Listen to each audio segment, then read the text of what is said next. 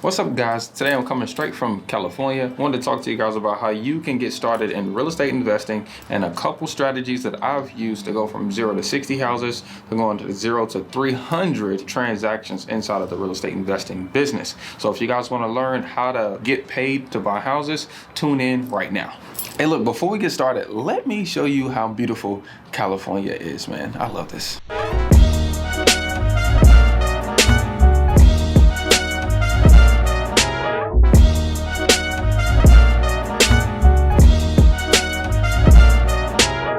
Have you been thinking about real estate? Well, this is it. I'm gonna help you right now. Okay, so the first strategy to acquire properties is going to be to go to a realtor. Okay, now this is not necessarily my favorite strategy, but when you go to a realtor, typically realtors always keep listings, and if they don't have their own listings, then they'll have access to the MLS and they'll have access to all of the other realtors that are in that area and have property for sale. Now there's two kinds of property that you're going to find on the MLS.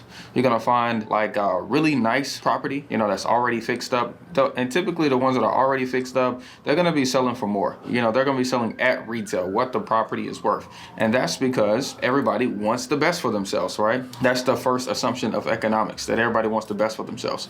And so, of course, that realtor, since she wants to get paid the most, that seller, since they know they have a good product, they have a good house that doesn't need any work, can go to someone for the most, which is retail value. Of course, they're going to want to ask for that.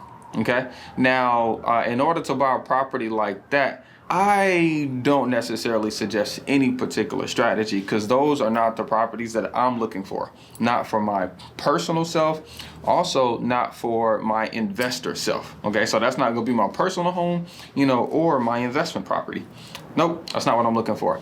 On the MLS with realtors, you're going to also find some other properties that are listed on the MLS that are ugly. Now, when I say ugly, I mean they're not the prettiest property on the block. Also, they have some kind of physical problem that will probably cause the buyer, if they were getting a loan, like an FHA loan, a home owner occupied loan, then this house probably wouldn't be able to meet the qualifications inside of this loan unless the seller was willing to fix those up before closing. Okay. Now this little niche of houses on the MLS, there's a smaller pool of buyers. Okay. So most people don't have like 100, 150, 200,000, $300,000 in their bank account so they can just buy a house in cash and not have to use a loan. For the people who are just normal, who are looking to put 5, 10, 15, 20% down, qualify based off of their W-2 income, qualify based off of, how much expenses they have and how good their credit is, okay, they're going to be getting a loan. And now in order to get that loan,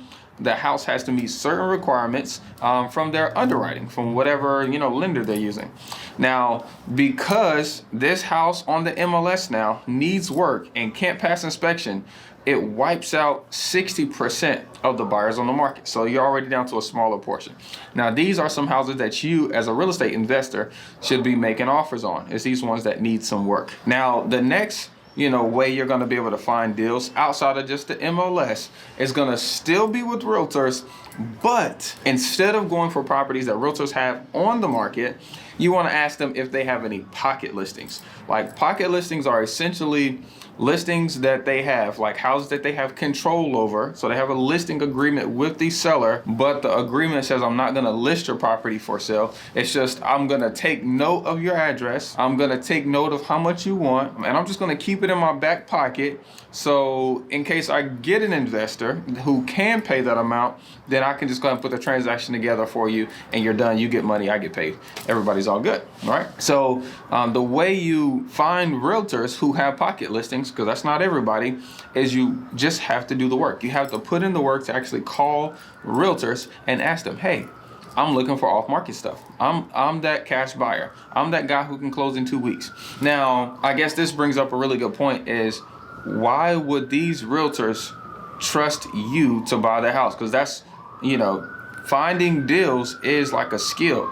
And for the small niche group of people who have deals, they want to know that you can actually close on these deals. So you need to be giving them the benefits of why you believe that you're a good person that can come in and close these deals for them. Okay, so just to give you a couple, is You're willing to buy properties as is. You don't see, no headache in buying properties that need work, buying properties that can't pass an inspection, buying properties where the seller might be in a spot where they don't have power in the property, so an inspection can't even be done, but you're the kind of buyer that doesn't mind dealing with those kind of problems. Matter of fact, the city has put a pending demolition notice on the door and is threatening to tear the property down. You're the buyer that doesn't mind coming in to stop that process and fix the property up.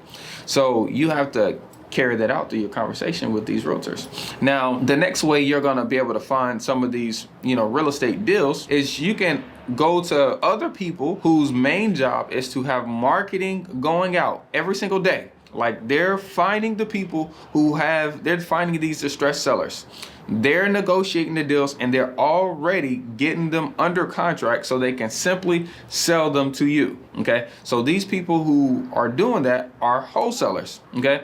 Wholesalers put out a bunch of marketing. They deal with the firing and hiring of building teams, and they are willing to deal with all of the FUs that they're going to get on the phone and get deals on the contract and sell the rights to their contract to buy the property to you for a fee. Now, this is a really easy way to find, houses a little cheaper than what you would have found on the MLS. Now, are all of the deals that wholesalers send out, are they going to be good? No. So you're going to have to get really good at analyzing deals. You just can't trust a wholesaler. You have to know a formula in order to buy great deals consistently. Okay, so let me give you my quick formula of how you should be analyzing deals, what you should be buying them at.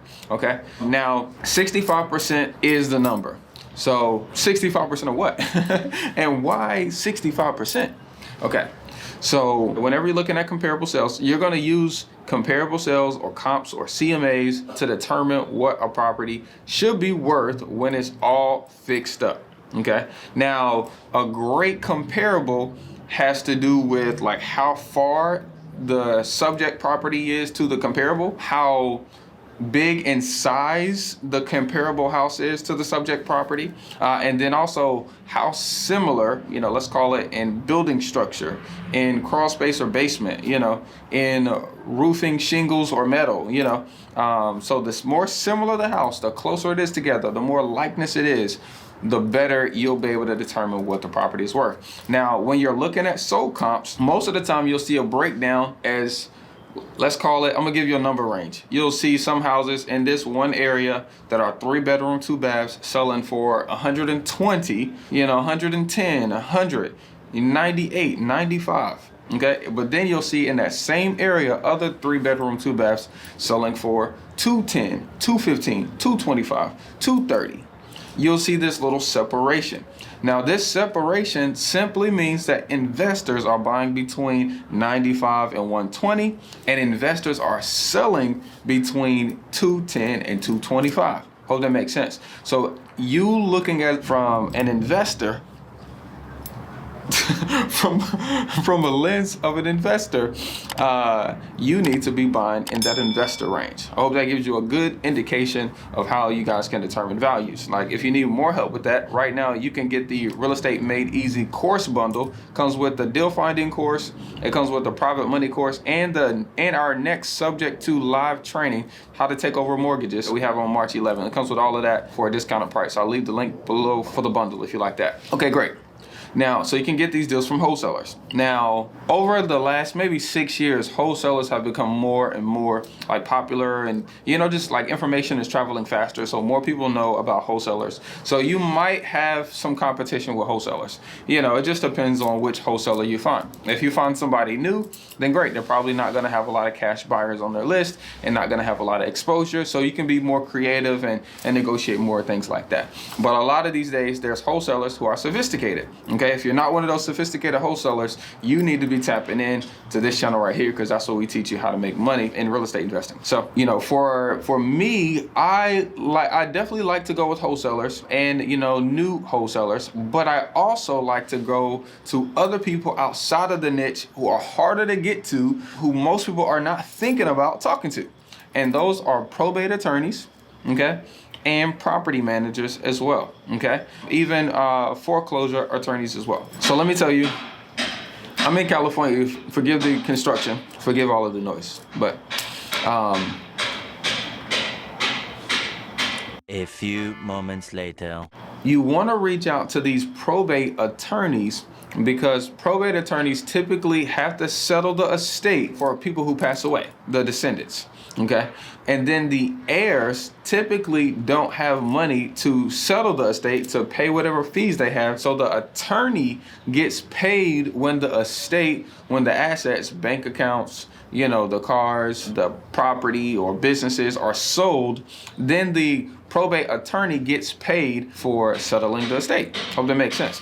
So if they have, someone who just passed away and the heirs got the property now, but the heirs don't want to deal with selling the property, or the heirs don't know how to sell property, or the heirs get 50 houses, somebody has to, take responsibility of that and say, hey, I'm going to sell these houses. I'm going to liquidate these assets. And so in order for an attorney, since they're not a realtor, in order for an attorney to do that easily, they'll have these little list of buyers, these list of investors. They'll make a list so that way whenever they have a portfolio or whenever they have a house or two, they can sell it to these guys who can close in 2 or 3 weeks, right? That's you, the real estate investor. So you need to be calling and talking to local probate attorneys. Now, after calling maybe 10 to 20 different attorneys, you'll probably figure out who the big boys in the room are. Now, the big boys, those are good to have, and you'll eventually get on their list, and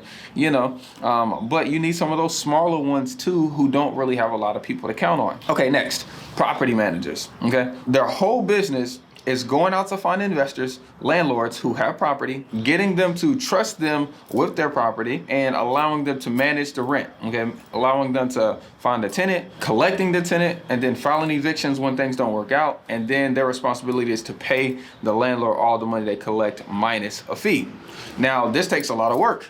And for these property managers who have 500 to 1,000 doors that they're managing, they don't want a landlord to get cold feet only after 6 months or a year working with them, sell the property, and then that property management doesn't get any benefit from it. So they keep list of investors who want to grow their portfolio, not sell. So whenever a tired landlord is in their mix, right, they're managing a property, then the landlord gets tired, that property manager keeps a list of investors who can come in and close quickly. So that way the property manager doesn't have to lose the properties or their portfolio that they've, worked so hard to grow to manage. I hope that makes sense. So you, as the friendly investor, reach out to these probate attorneys, reach out to these property managers, reach out to these wholesalers, reach out to these realtors, and jump on their list and let them know that you have value to provide for them. You can close quick, you're willing to buy as is, and you're going to be easy to work with, and you're looking to get to a big goal. So they can always count on you to close out these kind of deals. Okay. Now, the last way is my favorite for finding deals. Okay. This is what I do all of this, by the way, but this is what I prefer. At the end of the day, if I were to, say, hey, I want to scale up this kind of business, this is what you need to scale up. Off-market marketing. You go direct to seller. So instead of the realtor getting it on the contract, instead of the wholesaler or property manager getting it on the contract, you go direct to seller. Okay. I'm gonna share with you why. Okay. When you go direct to seller, you have the opportunity to show the seller who you are. Okay. When you go to a realtor, the realtor's job is to separate the emotional breakdown of what the seller is going through, so that way they can get the most amount of money possible.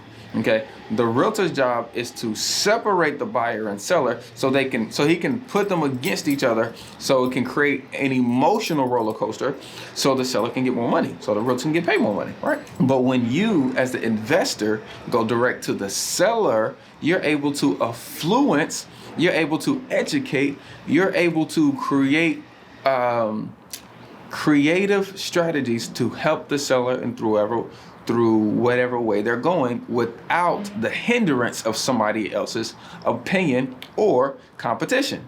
Very important. Very important, okay? So when you go to a seller and they're just working with you and only you can make offers like, hey, would you consider to allow me to take over your payments? You can say, hey, I know you said you don't need the $200,000. I can pay you the $200,000 in payments, since you don't need it, and I'll put an interest on it, and it'll benefit you in this way. Would you consider that? When you go direct to seller, you have the deal under control. So then you can choose whether you want to assign it and make a quick 5 or 10,000. You can choose whether you want to raise private money and rehab the property, resell it, make a little quick 50,000. You know, you have the ability to get the seller to come up with your funding terms. So that way you don't have to bring any money and you can walk away to get paid at the table, okay? And that is my favorite strategy to finding real estate investing deals that I can close on and make money with consistently, okay? Now, quick math. I have 60 properties. Average rent is like $875. Imagine that going into your account every single month, whether you're in North Carolina, where my properties are, or whether you're in California. Okay, now look, I made this training video. It was a coaching call, and we went over what your call should sound like when you're calling any of these people so you can get deals on the contract. So I'm gonna leave that right here just so you guys can get some sales game and pick up your first deal right over the phone. Have a blessed day. Peace, y'all.